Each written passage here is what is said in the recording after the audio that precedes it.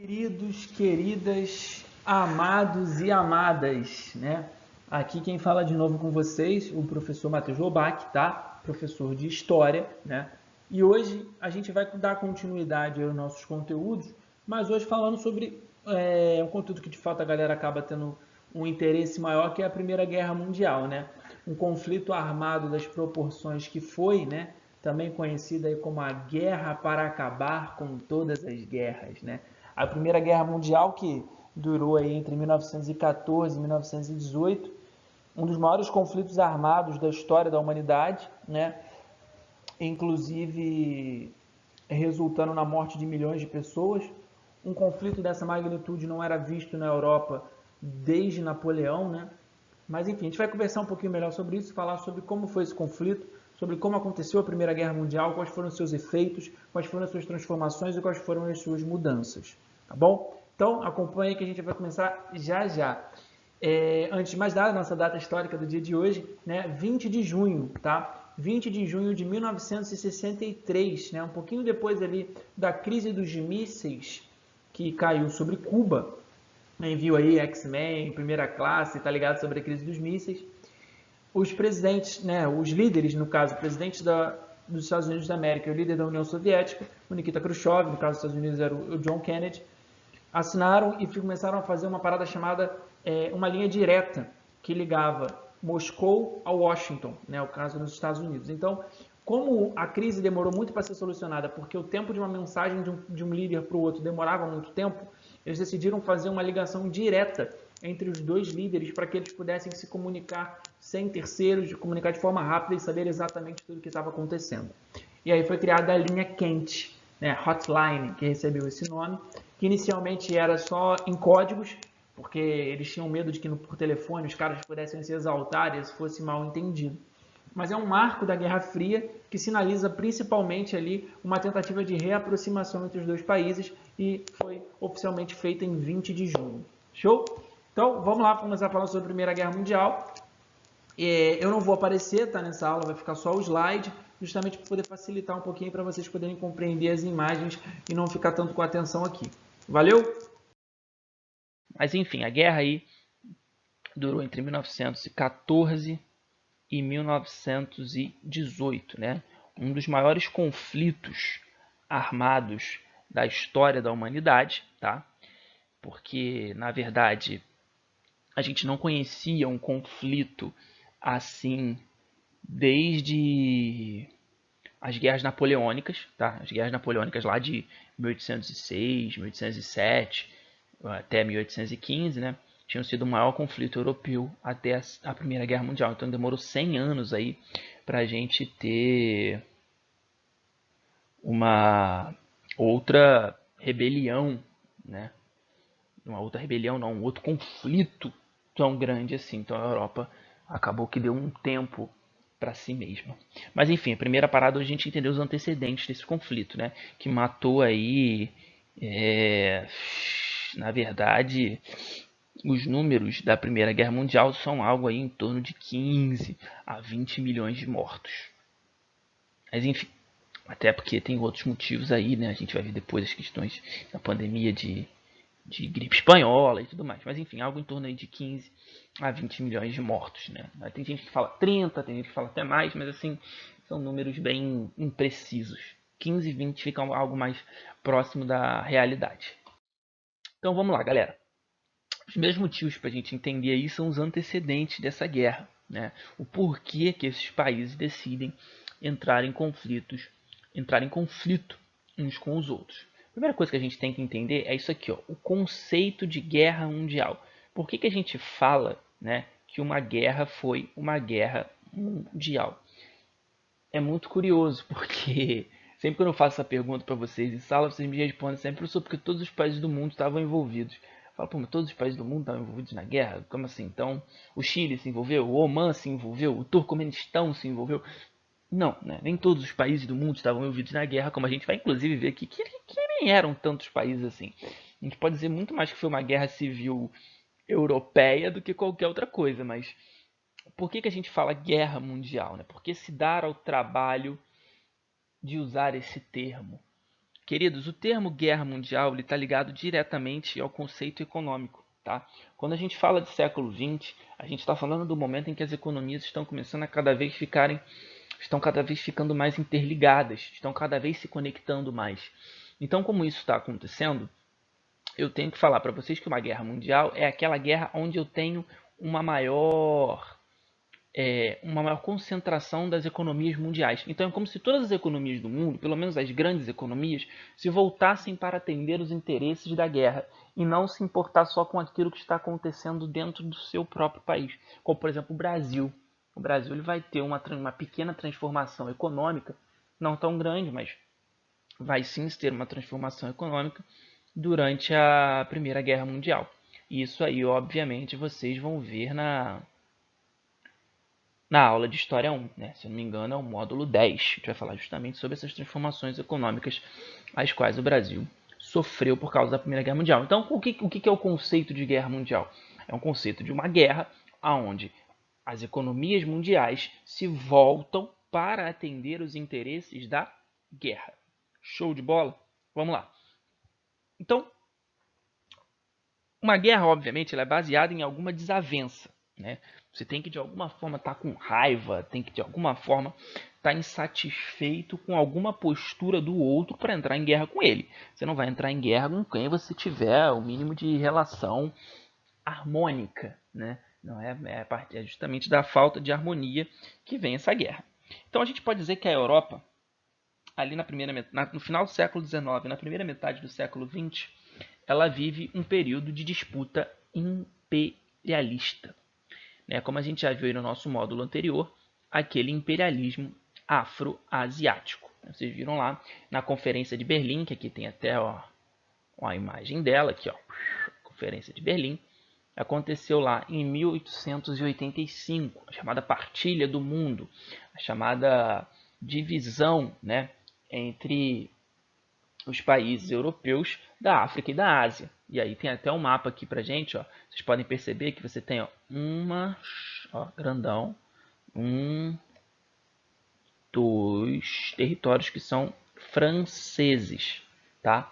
Da mesma forma que a gente tem, 3, 4 territórios ingleses. Aí, cadê, a Alemanha, que é esse verde mais clarinho. Deixa eu botar aqui outra cor. Botar o roxo. A Alemanha tem 2, 3 territórios. Os verdes mais escuros aí dizem respeito à Itália. Então você pode ver, obviamente, que esses países aí são os principais, as principais potências que estavam disputando, né, o território africano e o território asiático. Olha que interessante, né, da gente pensar. É a partir justamente dessa disputa que marca isso aqui também, uma busca por uma hegemonia industrial. A gente está falando de um contexto de segunda revolução industrial. Se a gente está falando de segunda revolução industrial, a gente está falando de um momento em que esses países cada vez estão produzindo mais e estão cada vez procurando mais mercado consumidor. Como eles estão produzindo mais e procurando mais mercado consumidor, é bem nítido que eles vão querer, de certa forma, enfraquecer o outro. Por que você vai querer enfraquecer o outro? Porque não tem como você ser a maior potência industrial do mundo se o outro estiver no teu caminho. A Alemanha nunca seria a maior potência industrial do mundo, enquanto a Inglaterra fosse a principal potência industrial do mundo.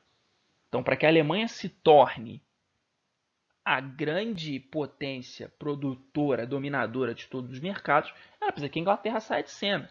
Da mesma forma que a Inglaterra, para se tornar a grande produtora, senhora de todos os mundos, ela precisa que a Alemanha saia de cena. A França, a mesma coisa, embora a França esteja um pouquinho mais de lado, né? A França, a disputa ali com ela é outra parada, porque a briga industrial mesmo é a Alemanha e a Inglaterra. Então essa disputa industrial, beleza? Que é marcada também por essa disputa de territórios aqui na África e na Ásia. Beleza? Botei só o mapa africano, mas vocês sabem também que a Índia era dominada pela Inglaterra. Vocês sabem que a China era dominada pela Inglaterra. Você tinha também essa disputa em outros mercados. Marcava essas animosidades, né, entre esses países. Cada vez um mais insatisfeito com o outro. Cada vez buscando o lugar do outro. A Inglaterra tinha até uma certa... um certo ranço, né? Uma certa, não, a palavra não seria inveja, mas uma certa infelicidade com o fato de que a Alemanha alcançou, né, a sua produção industrial, porque a Alemanha só se unificou em 1871, enquanto que a Inglaterra já era um país desde o século. A Inglaterra, a Guerra das Duas Rosas ali por volta do século XIV/XV. Então, porra, a Inglaterra está há muito mais tempo, já era um país do que a Alemanha. Da mesma forma que a Inglaterra começou o seu processo de industrialização um século antes. A Inglaterra começa o processo de industrialização no século XVIII. A Alemanha só começa no XIX. Então, quando a Inglaterra teve aquele período ali que ela empatou com a Alemanha, porra, isso gera um certo... Quer dizer, a Alemanha empata com a Inglaterra, isso gera uma certa raiva, né? Do tipo assim, caraca, até ontem eu era o cara mais poderoso do mundo. Por que agora eu não sou mais? Por que agora a Alemanha está batendo de frente comigo? Por que eles estão querendo dominar os meus territórios? Então isso começa a marcar cada vez mais uma animosidade entre eles. Essa disputa territorial, né? Tipo assim, não, quem manda na África sou eu. Quem manda na Ásia sou eu, não é a Alemanha, não é a Inglaterra. Aí tem a partilha da África e um fica com um pouco mais do que o outro. Isso começa a gerar aquela raiva. Aquela raiva do não, quem tem que mandar sou eu. Quem tem que ser mais poderoso sou eu. E a gente começa a ter cada vez também, cada maior, uma disputa nacionalista, né? Os países começam a ter um crescimento do seu pensamento nacionalista, e aí o pensamento nacionalista começa a entrar em choque um com o outro. Então, um dos primeiros motivos para que se aconteça a guerra é, primeiramente, a disputa imperialista na Europa, obviamente pelo domínio ali da África e da Ásia, e a busca pela hegemonia industrial, né? De ser a grande potência industrial do mundo. Então, aqui, ó, se a gente olhar, isso aqui são os países que estão envolvidos na Primeira Guerra Mundial, tá? Então, olha aqui, o mapa europeu ele era até um pouquinho diferente, né?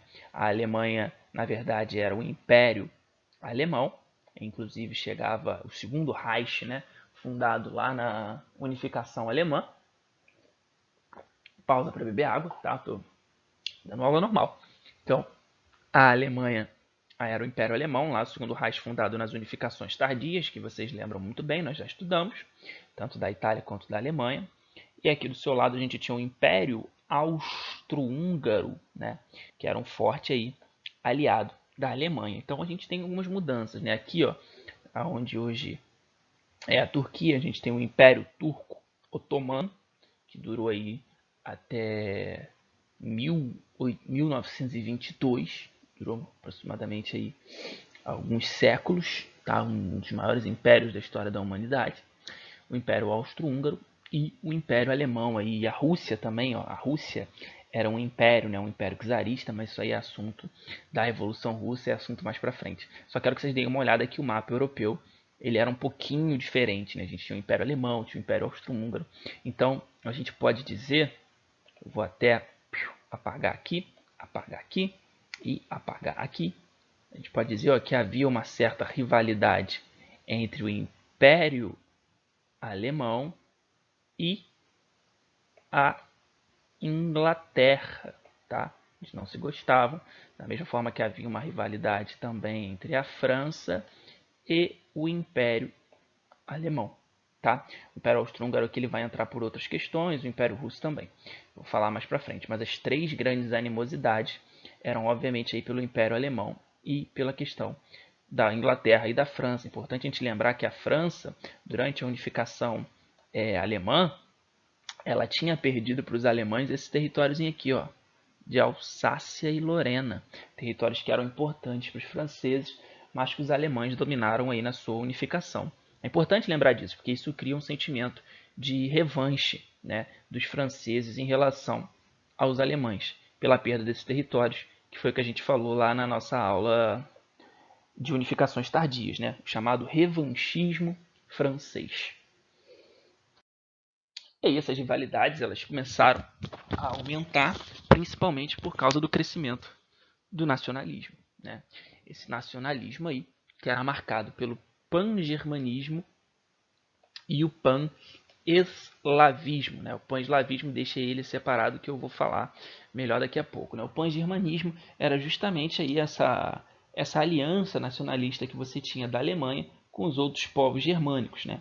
Principalmente aí em relação ao Império austro-húngaro, né? Os austríacos tinham uma proximidade histórica com os alemães. E aí, por isso, eles defendiam um nacionalismo mútuo, né? Uma ideia de união entre os dois para dominar os países, que obviamente seriam ali os seus rivais. Da mesma forma que você tinha aqui o revanchismo francês, tá? O revanchismo francês, que é que eu falei para vocês no slide anterior, que é aquele sentimento de revanche da França com a Alemanha ali em torno do território de Alsácia e Lorena, tá?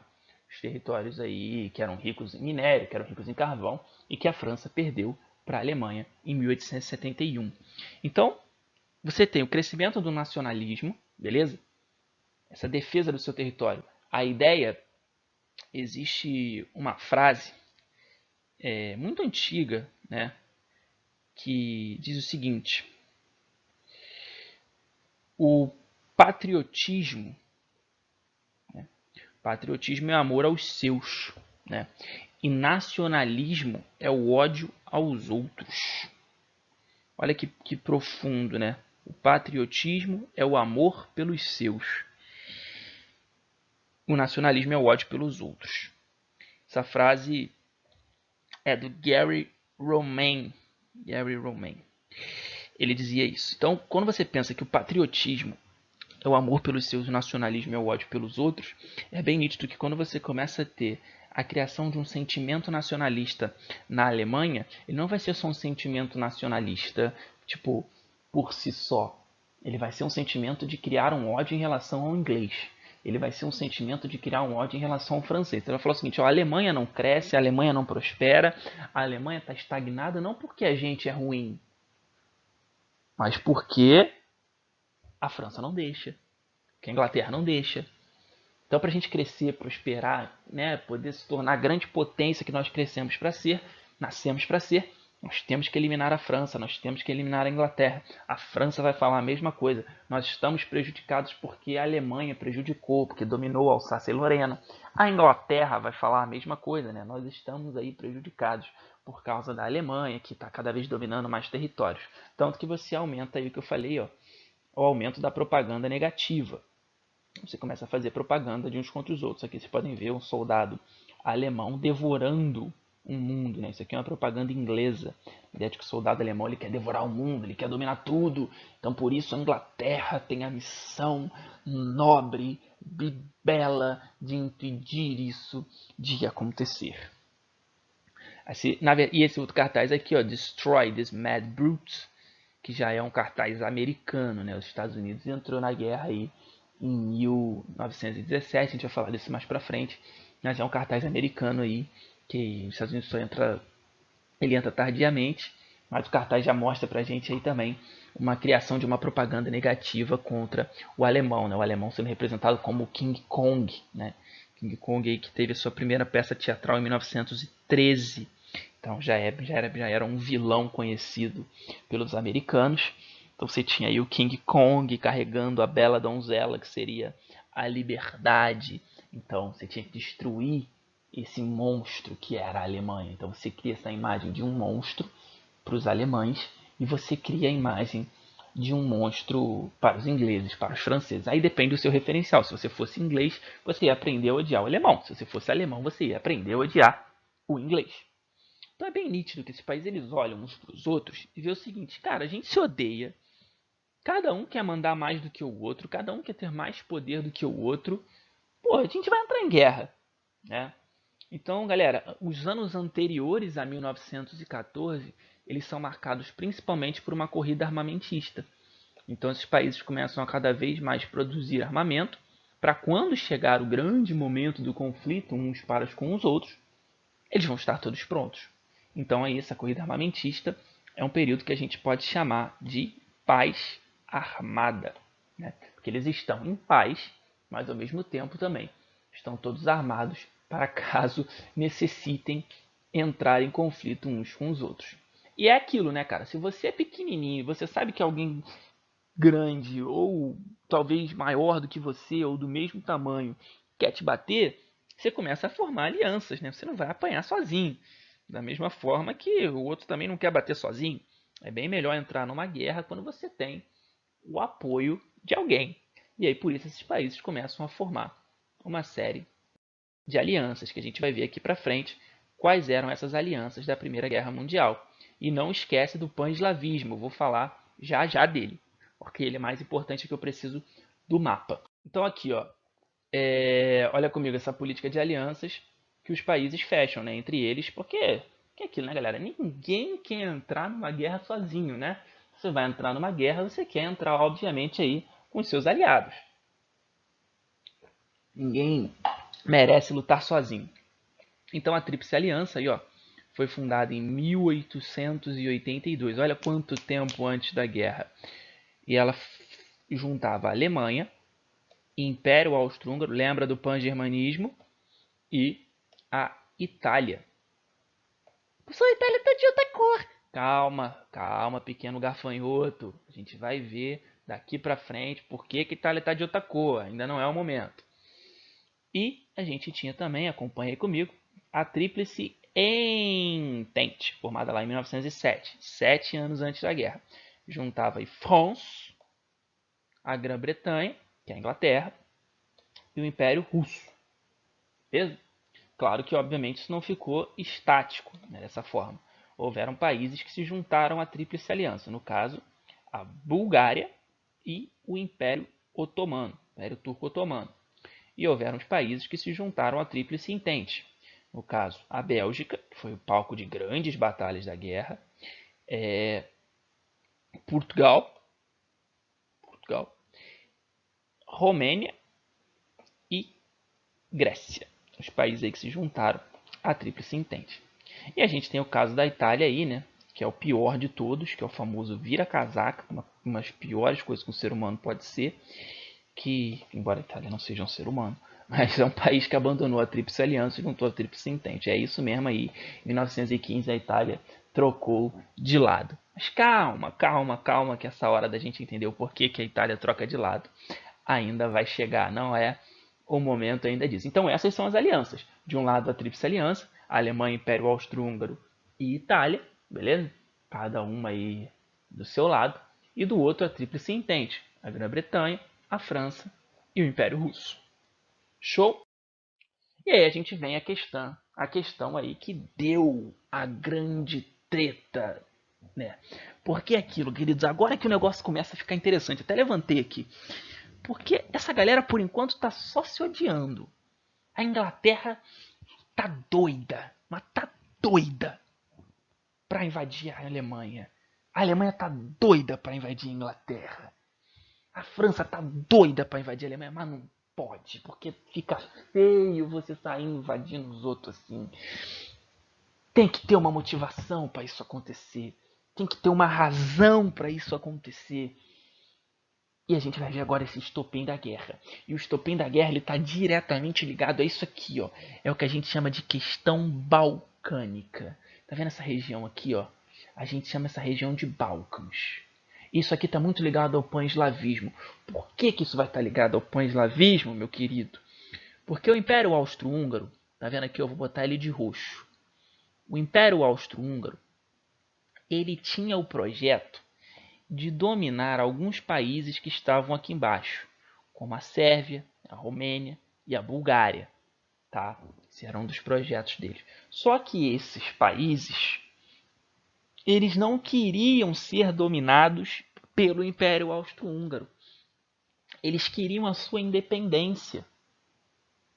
Então eles começam a ter a formulação do chamado sentimento do pan-eslavismo, que é o sentimento de independência desses países, que é o sentimento deles de olharem para o Império Austro-Húngaro e falar: não quero ser parte de você, eu quero ser independente. Principalmente a Sérvia. Beleza? Principalmente a Sérvia, que tinha o projeto aí de fazer a chamada Grande Sérvia.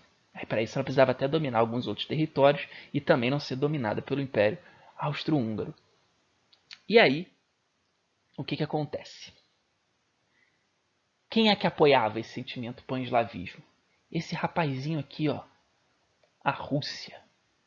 Por que a Rússia apoia o sentimento pan-eslavista? Por que a Rússia não pode deixar que a Sérvia domine esses territórios?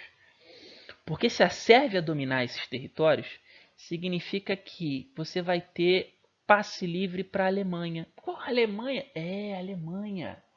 A Alemanha queria fazer, pequeno gafanhoto, uma estrada de ferro que iria de Berlim até Bagdá. Só que ela não conseguia fazer isso porque esses países não deixavam.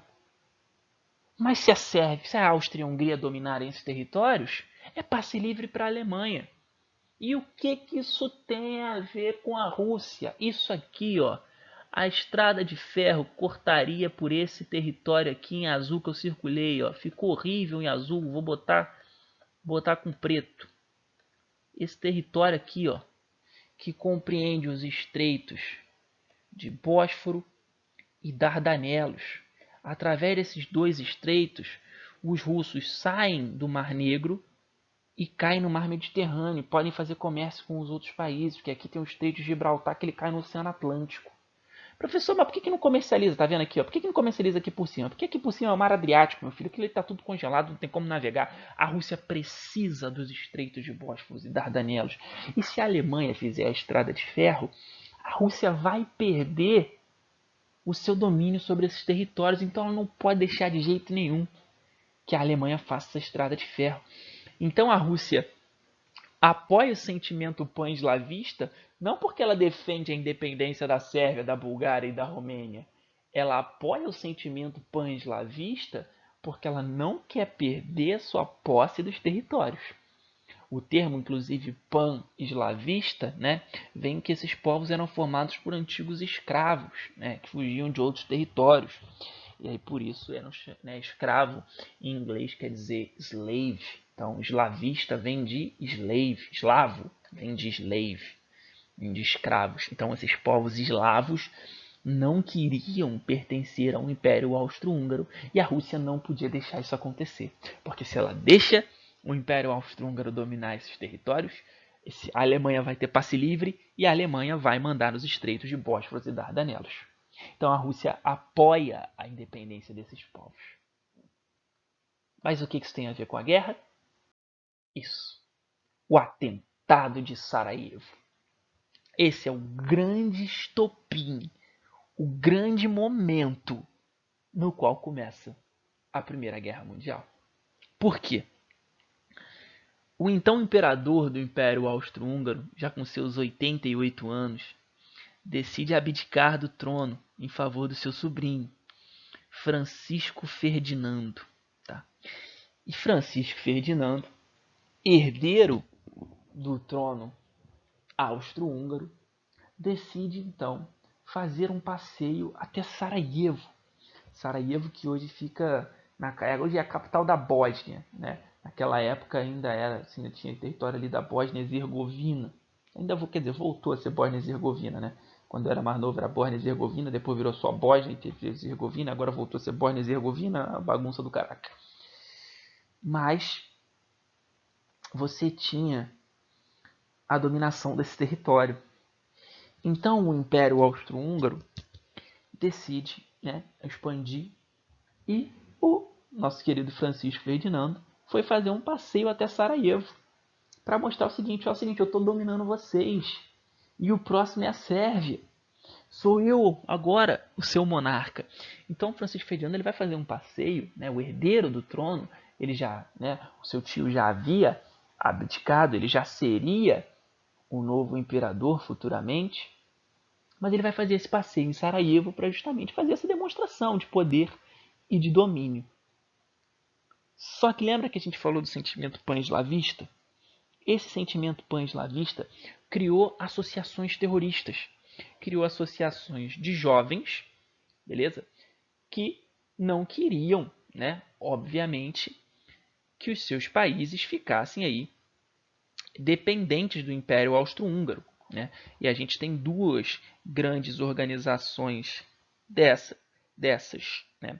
Como era o caso aí da Mão Negra, beleza? Que era uma organização sérvia, e a Jovem Bósnia, né? Na verdade, A Jovem Bósnia depois ela surge depois da Mão Negra, né? É uma ramificação da Mão Negra, que era uma organização que surge na Sérvia inicialmente. Então, o que acontece? É terrorista, né? Eles fazem atentados terroristas para poder justamente lutar contra esse império austro-húngaro. E aí, no dia 28 de junho de 1914, o nosso querido Francisco Ferdinando decide fazer esse passeio a carro aberto em Sarajevo. Durante esse passeio, a Mão Negra, liderada por um jovem nacionalista, né, o Gavrilo Princip, não sei falar sérvio, acredito que o nome dele, a pronúncia seja essa, Gavrilo Princip, ele organiza junto com seus amigos aí um atentado contra o Francisco Ferdinando. O atentado era o seguinte: durante o passeio eles iam tacar uma bomba no carro do Francisco Ferdinando. Jogam a bomba bate no capô do carro, vai para o carro de trás e fere cerca de 20 pessoas. O rapaz que taca a bomba, ele rapidamente ele é identificado, tenta fugir, ele toma uma bomba, a cápsula de cianeto, para tentar se suicidar, não consegue porque ele vomita a cápsula logo em seguida, tenta se afogar logo em seguida num rio, mas o rio só tinha 12 centímetros de profundidade. Porra, pegaram ele, a população espancou esse moleque, ele foi espancado por todo mundo, porque, né, ele tentou matar as pessoas. E aí o Francisco Ferdinando chega em segurança, a prefeitura da cidade, inconformado. Pô, vim visitar a cidade, sou recebido a bomba, não sei o que, tô revoltado. Mas aí depois, eles decidem fazer uma visita no hospital àqueles doentes que estavam ali, que foram feridos durante o atentado. Decide seguir uma linha reta pelo porto de Sarajevo. Só que esqueceram de avisar o motorista do Francisco Ferdinando. Ele fez uma curva à direita que não era para fazer, caiu numa rua. Quando ele foi voltar, ele deu de cara com Gavrilo Princip, que estava numa padaria bebendo e afogando as mágoas pelo atentado.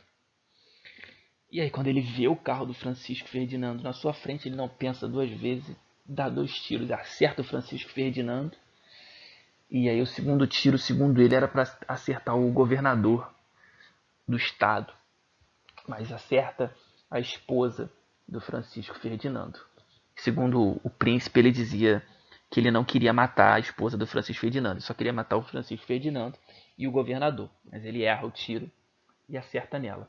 O Francisco Ferdinando até morreu depois, eles foram levados para o hospital, mas ele até morreu um pouquinho depois.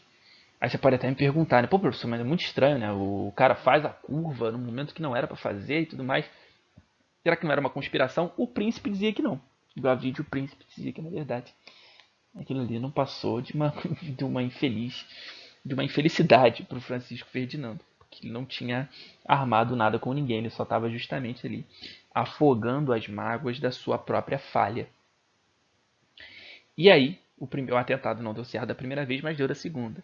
Embora o Gavrilo, o príncipe, tenha agido de forma independente, sem nenhuma pessoa ter mandado ele fazer isso, quem é que vai acusar quem? O governo do Império Austro-Húngaro acusa o governo sérvio.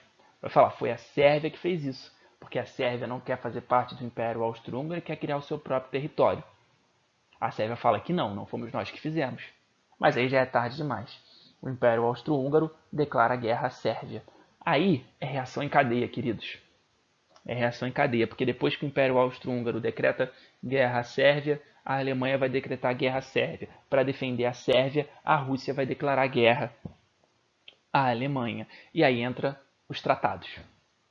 Se a Alemanha entra em guerra, o Império Austro-Húngaro entra e a Itália também entra. Lembra da Tríplice Aliança? A política entre eles de ajuda mútua? Se a Rússia entra em guerra, a França também entra e a Inglaterra também entra. Por causa da Tríplice Entente. Cara, era a desculpa que todo mundo precisava. Todo mundo queria entrar em guerra. Todo mundo queria começar o conflito. Mas faltava uma desculpa. Faltava um motivo. O agora vai. E aí? O atentado da Mão Negra contra o o Francisco Ferdinando, a morte do Francisco Ferdinando no dia 28 de junho de 1914, aí quem faz aniversário 28 de junho, marca o início da Primeira Guerra Mundial. Então essa guerra, que foi marcada principalmente por um conflito nacionalista e industrial. Então, se alguém te perguntar, professor, quais são as motivações? O que gera a Primeira Guerra Mundial? Quais são os motivos que levam esse país a entrar em guerra? Você vai ter que falar. É uma disputa imperialista, uma disputa industrial, beleza? Entre esses países. E uma disputa nacionalista, principalmente. A gente costuma dizer que a Primeira Guerra Mundial foi a guerra do nacionalismo. Aí lembra aquela frase que eu falei para vocês, né? Patriotismo é amor aos seus. Nacionalismo é ódio aos outros. Então esse nacionalismo aí era ensinado como ódio ao país adversário, né? Então ser nacionalista era justamente odiar o seu principal adversário, né? Então ser nacionalista na Inglaterra era odiar o alemão, ser nacionalista na Alemanha era odiar o inglês. Então, recapitulando, motivações da Primeira Guerra Mundial: disputa industrial, disputa imperialista e disputa nacionalista. Mas, enfim, começando aí de fato a guerra é dividida principalmente em 3 momentos, tá? Os 2 primeiros aqui, quer dizer, o primeiro deles aqui é o que a gente chama de guerra de movimentos, tá? A guerra de movimentos, que aconteceu em 1914, né? O assassinato do Francisco Ferdinando foi no dia 28 de junho de 1914. Um pouco depois, ali ainda em junho, todos os países declaram guerra e aí tem de fato início o conflito. Mas é aquilo, até declarar guerra, preparar exército, ocupar territórios, demora alguns meses.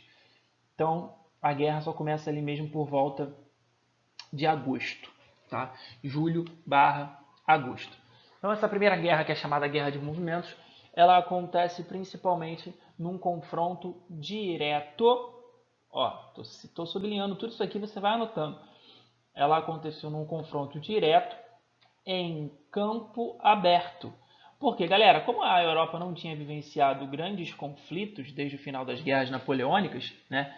Foram as guerras napoleônicas e depois não teve nenhum outro gigantesco conflito ali, não havia se evoluído muito, né, no quesito de armamento, né? Não havia se evoluído muito aí na produção bélica europeia.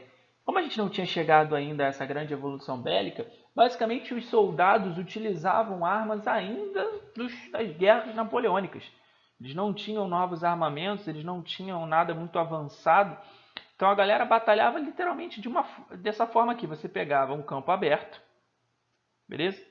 Você botava um campo aberto, botava um exército de frente para o outro, e esses caras iam simplesmente atacando de frente. Então você tinha um exército de um lado, outro exército do outro, e eles se atacavam de frente, montados ainda em cavalos. Pra vocês terem noção, essa galera ainda utilizava muitos cavalos para poder combater aí. E a arma, né, obviamente, que eles utilizavam ainda, eram armas muito rudimentares, né? Então, se vocês olharem aqui na imagem, vocês vão poder reparar comigo que a galera utiliza baioneta, porque essas armas, esses rifles, eles não tinham uma precisão muito grande. Como eles não tinham uma precisão muito grande, você na maioria das vezes errava esse tiro inicialmente. E aí, por isso, você acabava precisando da baioneta, né? Você precisava dela, que é uma espécie de facão, né? É uma espécie de facão que você vai e finca ele no seu adversário. Então, como você não tinha essa precisão tão grande, você ia lá e enfiava a faca no cara, ou você pegava também uma espada, da forma que você basicamente achar que funcione mais. Então, no final das contas, você tinha um conflito um tanto quanto rudimentar, tá? Mas assim, essas batalhas de campo aberto, de frente um para o outro, elas aconteceram, né? Eu botei aqui as principais para vocês. As batalhas de Liège, a Batalha das Fronteiras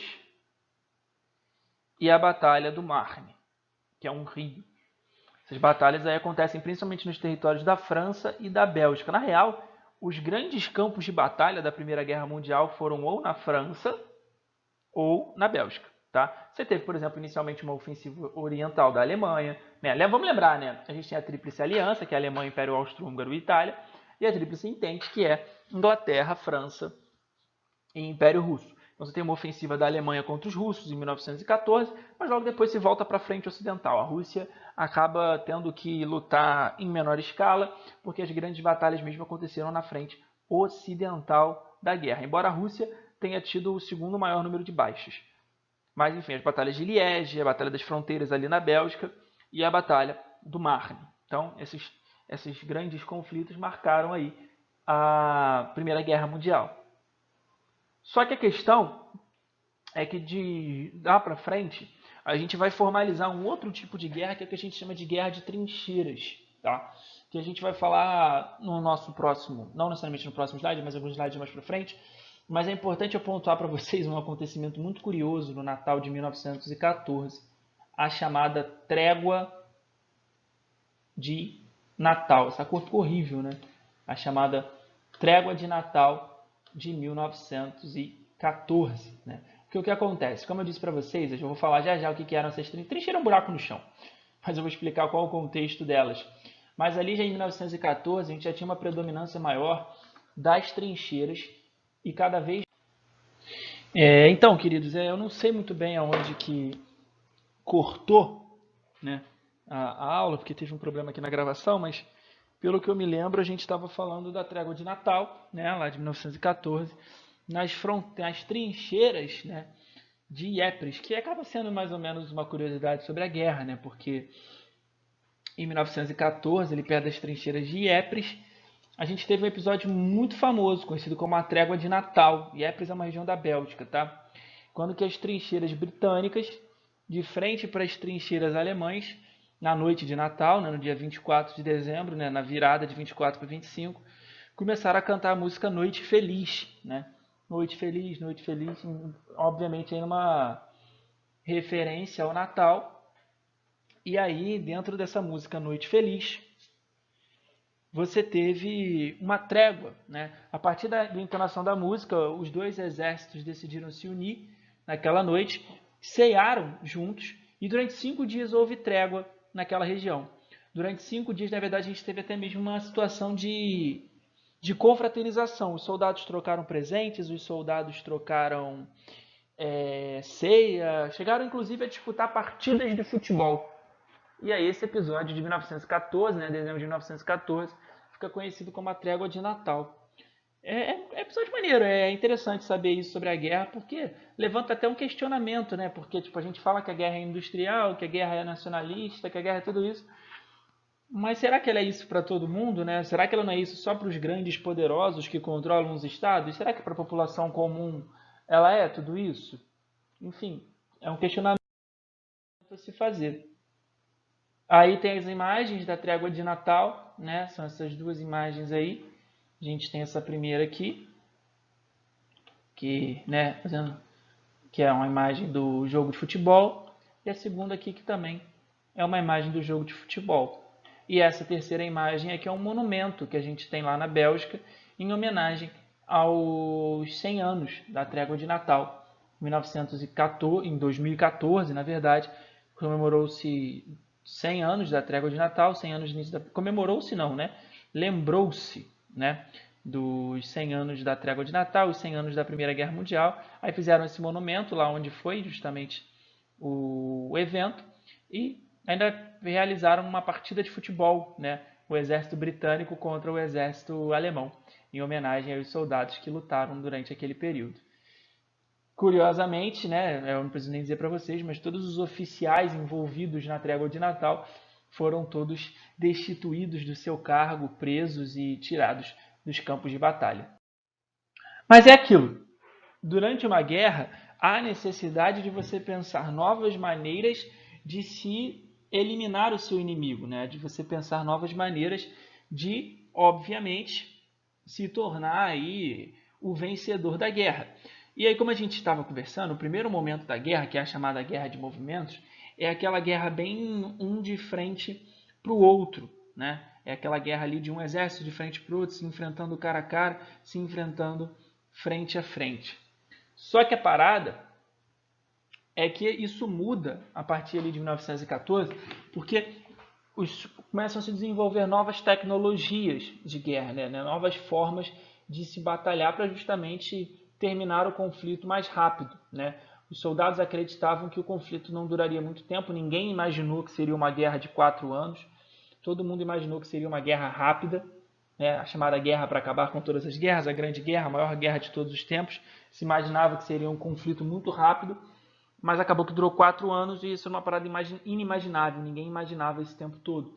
E aí, esse tempo todo de conflito ele acontece em parte ali por causa do desenvolvimento também dessas novas tecnologias de batalha, como por exemplo uma metralhadora, né? A gente desenvolveu aí o uso da metralhadora, ainda não era aquela metralhadora como a gente vê hoje, né? Utilizada aí, segurada na mão, era aquela metralhadora montada, você montava ela e segurava, alguém tinha que segurar ainda os cartuchos.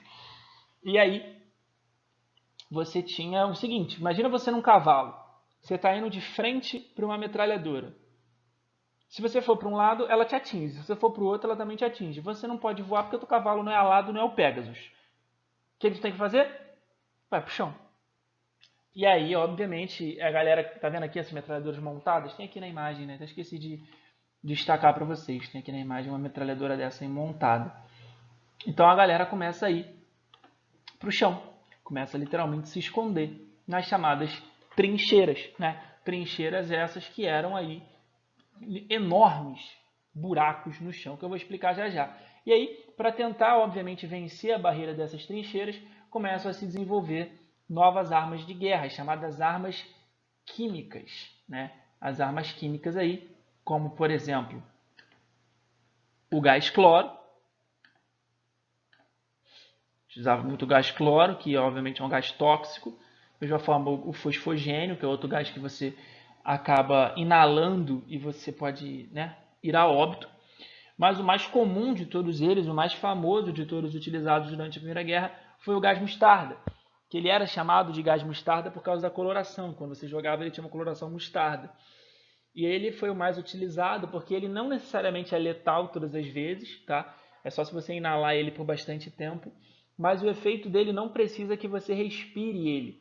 O efeito do gás mostarda se dá no contato até mesmo da pele.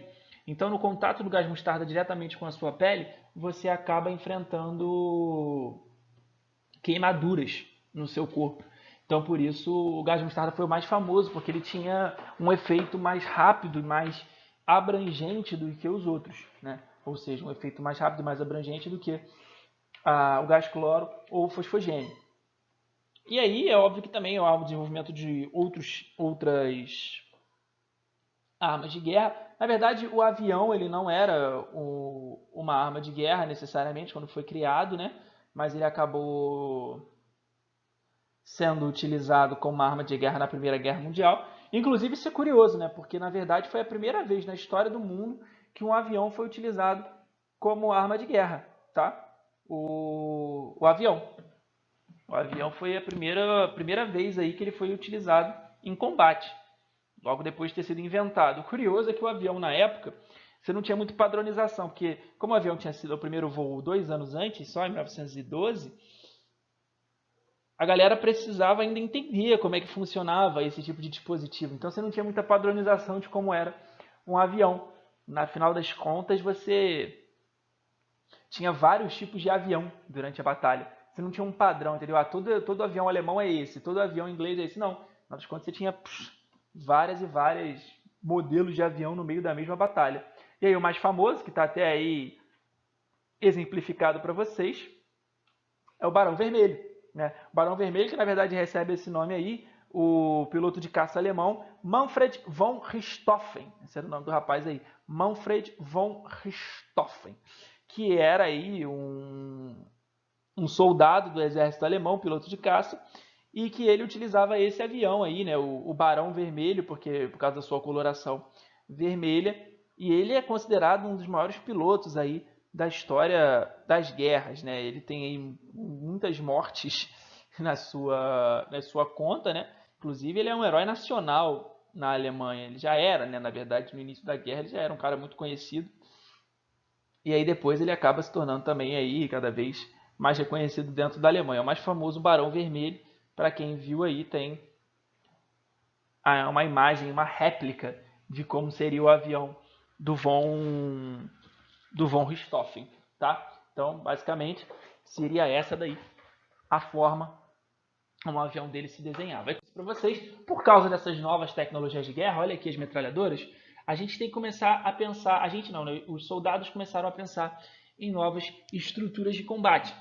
E a mais famosa de todas essas estruturas de combate, e a mais famosa, né, foi justamente aí as trincheiras, né? Trincheira, por definição, senhores, é literalmente um buraco no chão, tá? É um buraco no chão, como eu disse, para obviamente aí fugir dos gases, para fugir das metralhadoras. Você precisava de alguma outra forma para poder se esconder. Então você faz um buraco no chão, normalmente tinha 2 metros de profundidade, e os soldados passam a se colocar ali embaixo. Então essa guerra de trincheiras, a gente chama também ela popularmente como guerra de posições, tá?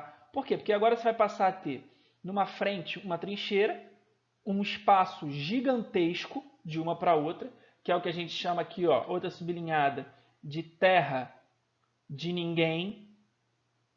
E qual é o objetivo da guerra de trincheiras? Por que a gente chama ela de guerra de posições? É literalmente dominar a trincheira que está na sua frente. Esse é o seu objetivo. Você está numa trincheira, você tem outra de um inimigo à sua frente. O seu objetivo é sair da sua e dominar do outro. E assim ganhando posições dentro da guerra. Só que o problema é que esse território entre uma trincheira e outra é muito hostil. Por quê? Porque ali tem mina terrestre, ali metralhadora te atinge, ali cai bomba na sua cabeça de morteiro, ali cai gás mostarda, cai gás cloro, cai tudo naqueles lugares ali. E aí justamente esse território é a chamada terra de ninguém. Esse era o objetivo, sair de uma trincheira, passar pela terra de ninguém e chegar até a outra trincheira. E aí, dentro dessa guerra de posições, né, desse domínio de trincheiras, aonde que aconteceram principalmente na França e na Bélgica. Aí você começou a ter a ação muito famosa de tuneleiros. Né? O que eram tuneleiros? Eram pessoas que começaram a fazer túneis. Eram pessoas que se recrutavam no exército, né, se alistavam, e eles literalmente se comprometiam a construir um túnel entre uma trincheira e a outra. Então o cara ia lá e tinha a missão de construir um túnel que fosse de uma até a outra para que você chegasse como elemento surpresa. O que não funciona necessariamente todas as vezes. E aí a guerra ficou, cara, isso aqui atrasou completamente a guerra. Essa guerra de trincheiras que fez justamente com que ela durasse mais de 4 anos. Óbvio também que você tem outra questão. Essas tecnologias de guerra, como por exemplo o gás mostarda e tudo mais, eram tecnologias desenvolvidas para justamente tentar fazer com que os soldados saíssem das trincheiras. Era uma ideia de que se você tivesse essas armas químicas, que hoje são proibidas, tá? Hoje ninguém pode utilizar armas químicas em batalha, embora sejam utilizadas ainda, mas a ideia era justamente você jogar essa arma química ali e fazer o cara sair, mas isso acabava prendendo também as pessoas, porque ninguém conseguia atravessar a terra de ninguém. Então, no final de contas, você ficava dias e dias sem batalha, porque ninguém cruzava a terra de ninguém para chegar até o outro lado e enfrentar os soldados. Inclusive, quem viu Mulher Maravilha, aquela cena que ela sai, né, da trincheira, a Mulher Maravilha, o filme se retrata na Primeira Guerra Mundial, quando ela levanta da trincheira, vai de um lado até o outro, ela atravessa a terra de ninguém. É aquilo ali que é a terra de ninguém, um espaço entre uma trincheira e a outra. As batalhas mais famosas que aconteceram na Primeira Guerra Mundial durante as trincheiras foram as batalhas de Neuve-Chapelle, Champagne, não é a bebida, tá? Pelo amor de Deus. Verdun e Somme. São as batalhas mais famosas aí da Primeira Guerra Mundial que aconteceram por causa das trincheiras. Óbvio que isso atrasou muito o conflito. O conflito se arrastou por mais tempo do que qualquer um esperava. Então, como ele se arrastou por mais tempo do que qualquer um esperava, você começou a ter gastos excessivos dentro da guerra. A galera começou a gastar mais do que se pensava que ia gastar. Então, quando chega ali perto de 1918, o dinheiro está acabando. O dinheiro de todo mundo, na Inglaterra, da França, da Alemanha, da Bélgica, o dinheiro de todo mundo está acabando. Então, como o dinheiro de todo mundo está acabando, você tem que buscar alguma outra solução. É importante a gente lembrar que depois de 1914 a Itália trocou de lado. A Itália se tornou a pior coisa não, uma das piores coisas que o ser humano pode ser, que é o vira-casaca, né? Então os italianos trocaram de lado em 1915 com a promessa, né, a Tríplice Entente fez a promessa que caso eles trocassem de lado, eles iriam receber novos territórios caso a Entente vencesse a guerra. Então a Alemanha basicamente batalhou sozinha junto com o Império Austro-Húngaro. O Império Turco-Otomano até tenta oferecer alguma ajuda, mas não chega a ser de grande valia, não. As grandes batalhas mesmo, as grandes ajudas mesmo foram do Império Austro-Húngaro e da Alemanha, né? Foi essa galera aí mesmo que lutou frente a frente, que lutou nas frentes de batalha e tentou, obviamente, ganhar aí o conflito. Bom, as condições de vida dentro dessas trincheiras eram, obviamente, uma merda, tá? Era, obviamente, horrível, porque a trincheira é literalmente um buraco no chão. Como a trincheira é um buraco no chão úmido, é um buraco no chão onde passa rato, é um buraco no chão onde você tem doença, onde você tem um monte de bicho que não era para estar ali. Então, é um lugar extremamente ruim, tá? De se viver. Tanto que você tinha doenças que matavam dentro dessas trincheiras, que eram doenças, tipo, hoje, basicamente, facilmente tratáveis, né? Como, por exemplo, frieira. Frieira matava muito, porque o cara tava com frieira, dava fungo no pé, tinha que amputar o pé. Aí tu amputava o pé. Aí depois de amputar o pé da pessoa, tu ia lá para poder... Como é que é a palavra? Ah, para suturar. Não tinha como suturar porque tu estava no meio da trincheira, ambiente úmido, cheio de rato, dava infecção, febre, a pessoa morria. Então, frieira matava, cárie matava muito, porque a cárie, obviamente, se você não escovar os seus dentes, se você tiver cárie e não tratar essa cárie, aí pode ir pro seu coração, e aí você morre por causa do coração. Então, cárie, frieira, isso matava muito na Primeira Guerra Mundial, e principalmente por causa das péssimas condições que você tinha dentro dessas trincheiras, que eram literalmente buracos enormes dentro do chão, onde você atolava um monte de soldado. Então, ó, olha aí as descrições de alguns soldados. A primeira é desse rapaz aqui, ó, do Horace Ham, soldado do exército britânico. O Horace Ham, ele descreve, ó, éramos mais de 800 homens, ó, eles eram 800 homens e só 100 regressaram. Então, 700 homens morreram naquela trincheira. Olha quanta gente. Disseram-nos que íamos cortar as comunicações dos alemães e que ficariam poucos alemães depois dos bombardeamentos. Mas o que fizeram foi proteger-se nas trincheiras. Quando o bombardeamento acabou, saíram, montaram as metralhadoras e dizimaram os nossos. Então, olha aí na ideia de que os alemães eles acabaram se escondendo dentro das trincheiras e aí, quando eles chegaram lá, foram bombardeados. O outro relato aí é do George Lutz, que é um veterano francês. Lembra como era a vida nas trincheiras. Podíamos, por exemplo, estar na trincheira e jogar cartas e o nosso parceiro morrer de repente no bombardeio. Acabou, morreu. Já, olha que frase pesada. Ó. Já não dávamos uma importância... Estou tentando sublinhar ao mesmo tempo que eu leio. Já não dávamos uma importância extraordinária à perda de alguém. Então, a trincheira era uma vida impossível. Era uma vida impossível. Tínhamos piolhos, não nos lavávamos e no inverno a trincheira era um amontoado de lama. Então olha aí, a trincheira era um amontoado de lama no inverno porque chovia, não tinha como tratar, ao mesmo tempo era cheio de piolho, era todo mundo doente e você teve uma banalização da vida muito grande, porque a qualquer momento teu amigo podia tomar um tiro e no final das contas você nem percebia que isso estava acontecendo. Mas a guerra não durou para sempre, porque se tivesse durado para sempre, nós seremos em guerra até hoje ou a humanidade tinha acabado. E o grande ano, o ano mais decisivo da Primeira Guerra Mundial, foi o ano de 1917. 1917 aí que foi há 103 anos atrás. Por que 1917? Porque como a gente ainda vai ver aí nas aulas de História Geral, em 1917, a Rússia sai da guerra, através do Tratado de Brest-Litovsk. Porque o que aconteceu? Em 1917, a Rússia entrou, obviamente, no processo da Revolução Russa, tá? Que é um processo aí da primeira revolução socialista da história do mundo. E isso aí é tema para outra aula.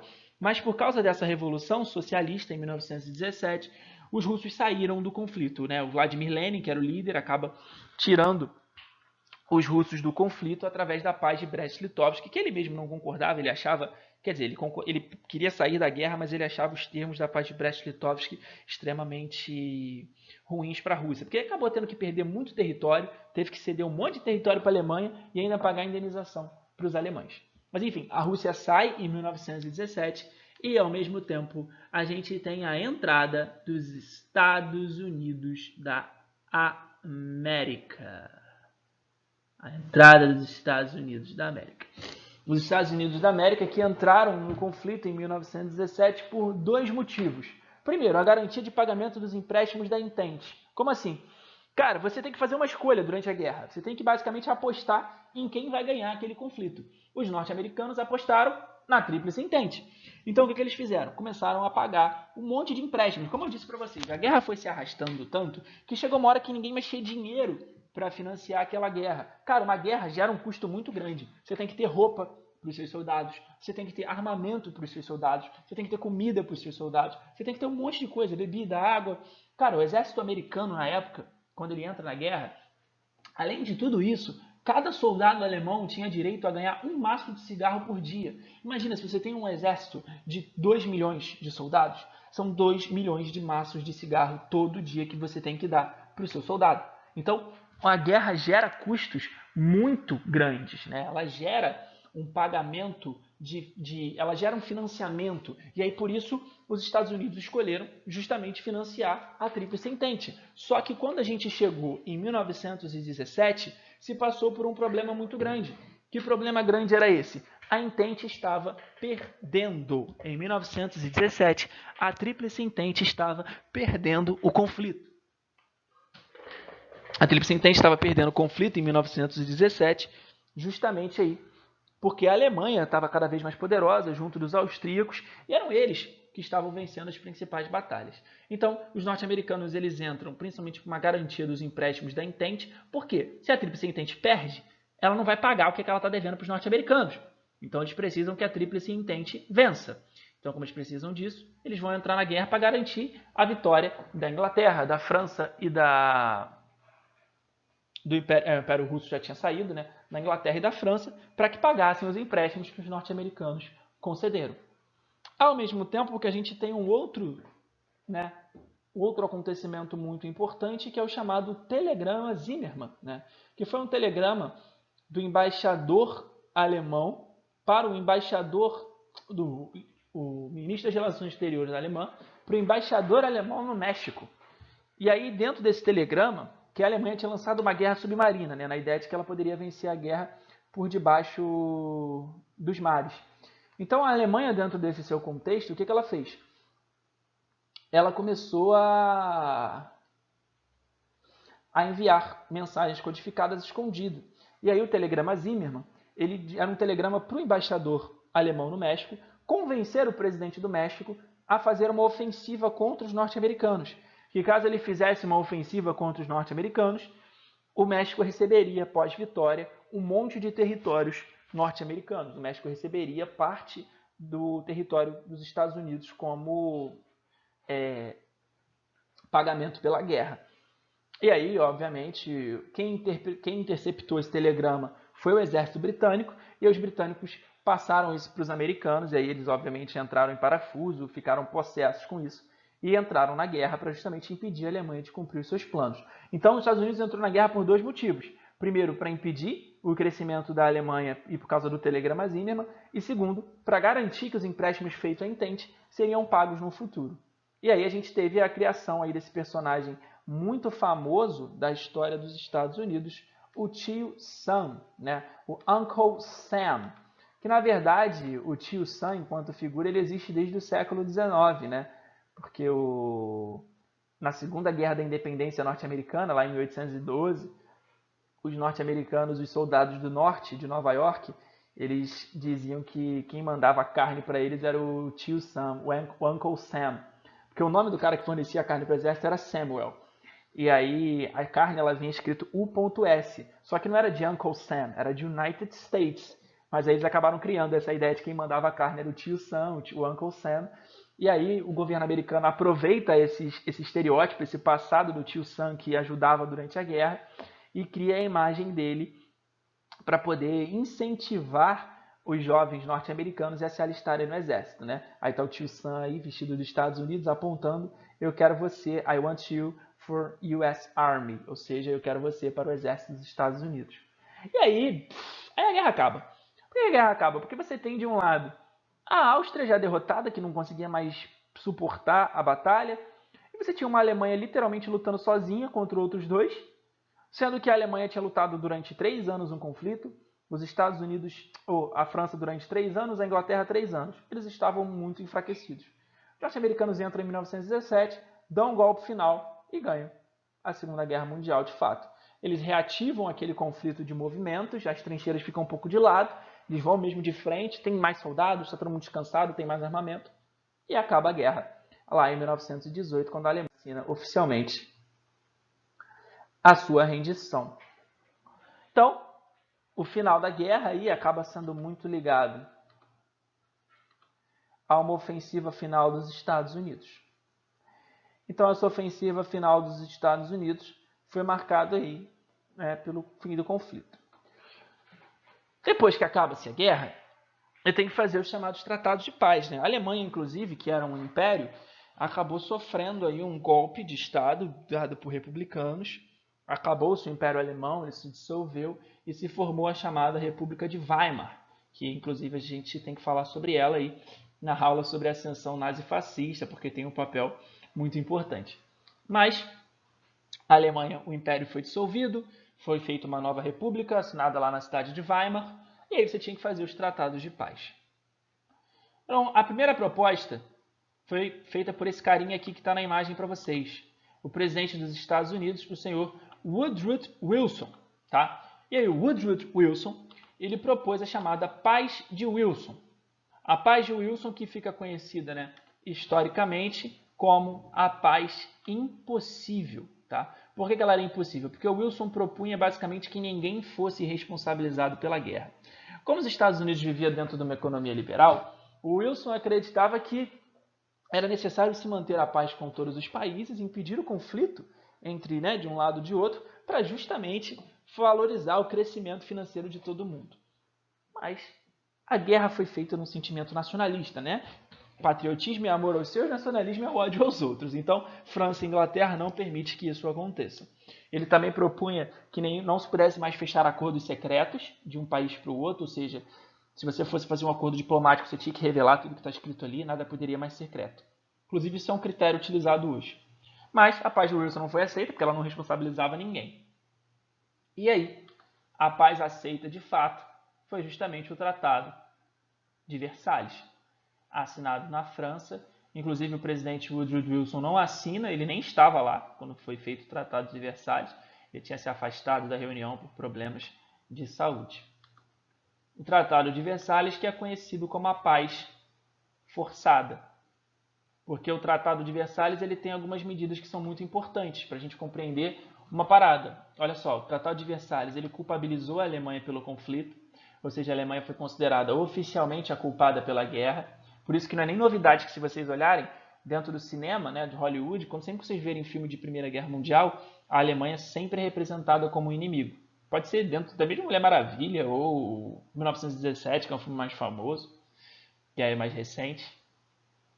Então a Alemanha foi culpabilizada pela guerra, teve que pagar a indenização aos países vencedores, teve que desmilitarizar a Renânia. O que é a Renânia? A fronteira entre a França e a Alemanha. Então ali não podia mais ter forças armadas e ainda teve que devolver para a França os territórios de Alsácia e Lorena. Então foi culpada pela guerra, pagou a indenização aos vencedores, teve que desmilitarizar a Renânia, devolveu os territórios de Alsácia e Lorena e deu aos franceses a concessão das minas de carvão por 15 anos, teve que manter o seu exército abaixo de 100 mil homens, não podia ter mais de 100 mil homens no exército alemão, e a Alemanha ficou proibida ainda de produzir qualquer tipo de armamento bélico, não poderia mais se ter indústria bélica dentro da Alemanha.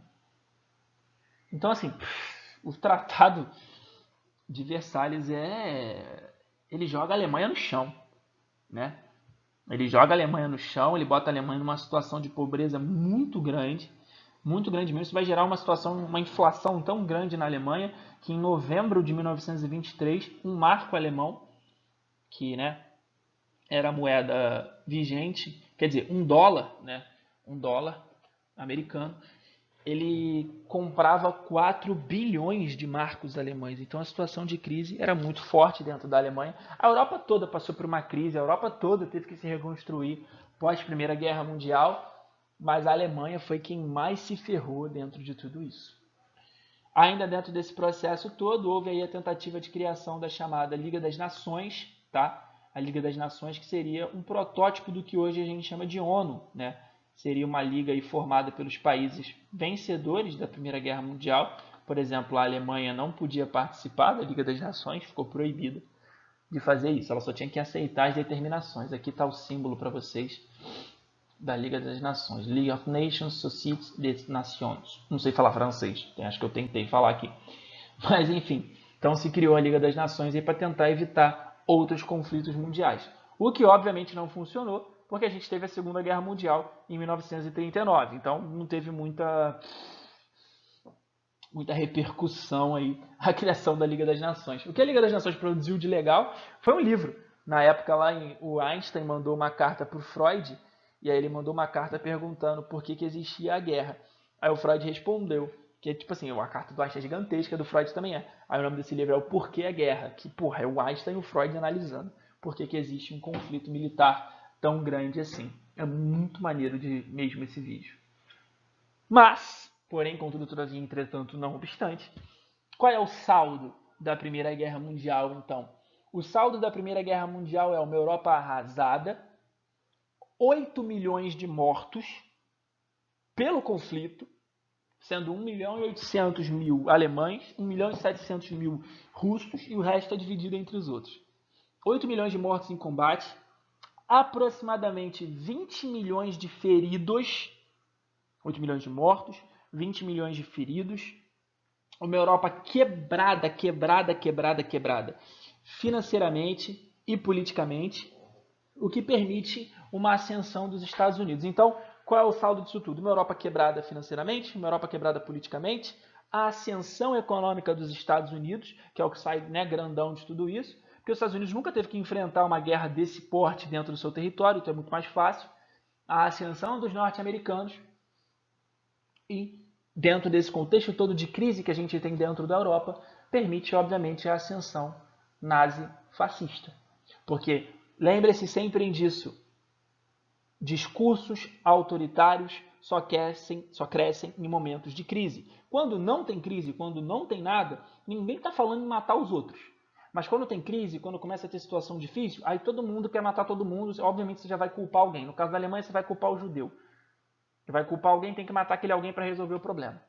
Então, essa crise política, que foi muito mais, política e financeira, que foi muito mais grave na Alemanha. Lembra? $1, 4 bilhões de marcos alemães. Precisava de 4 bilhões de marcos para comprar $1. Sem noção, o que custava $1 na Alemanha em 1923? Um maço de cigarro. Para comprar um maço de cigarro, você precisava de 4 bilhões de marcos alemães. Então, a situação na Alemanha é muito ruim, é a pior de todas. A Itália também vai entrar numa crise muito grande, porque tudo aquilo que foi prometido para a Itália, território, indenização, não ganhou nada, né? Bem feito, né? O troco vira-casaca não ganhou nada. Então os vira-casacas italianos não ganharam nada, a Alemanha foi a que mais se ferrou. Só quem saiu bem, saiu grandão, Estados Unidos da América. Foi o único país que saiu numa moral gigantesca, produzindo pra caraca, cheio de grana e como vencedor da guerra. Inglaterra e França saem quebradas, mas vão ter a ajuda dos Estados Unidos para se reerguer. A Alemanha sai totalmente destruída, Itália também, e por isso, inclusive, é onde vão crescer primeiro esses dois discursos autoritários, né? O nazifascismo. A Rússia vai estar passando por seu processo de revolução russa, é outra história. Tanto que teve um cordão sanitário, né? A ideia de você isolar a Rússia para que ela não participasse do Tratado de Versalhes, nem do Tratado de Saint-Germain, por exemplo. O Tratado de Saint-Germain, só para ilustrar, é o tratado em que a Áustria tinha que reconhecer a independência da Hungria, e aí se separava o Império Austro-Húngaro, passava a se ter a Áustria e a Hungria e outros pequenos territórios ali em sua volta. Então, uma grande consequência da guerra, uma crise financeira e política na Europa que permite a ascensão de discursos autoritários. Então, queridos, tranquilo? Espero que tenha sido fácil para vocês, espero que vocês tenham entendido. Isso aí é a Primeira Guerra Mundial, um dos maiores conflitos armados da história da humanidade, com saldo aí, obviamente, de 8 milhões de mortos em conflitos e 20 milhões de feridos. A situação vai piorar dentro da Europa. Vai piorar tanto até a gente chegar à Segunda Guerra Mundial, lá em 1939, que basicamente tem os mesmos atores envolvidos, né? O próprio Winston Churchill, que era o primeiro-ministro inglês, dizia que a Segunda Guerra Mundial era uma continuação da primeira, né? Ele dizia, de fato, essa guerra é uma continuação da outra. Mas enfim, isso aí é assunto para a próxima aula. Eu espero que vocês tenham entendido aí basicamente um pouquinho do conflito e quem sabe aí a gente se vê em outra aula. Tranquilo? Então, fica na paz, fica bem, abração, vamos que vamos. Beijo!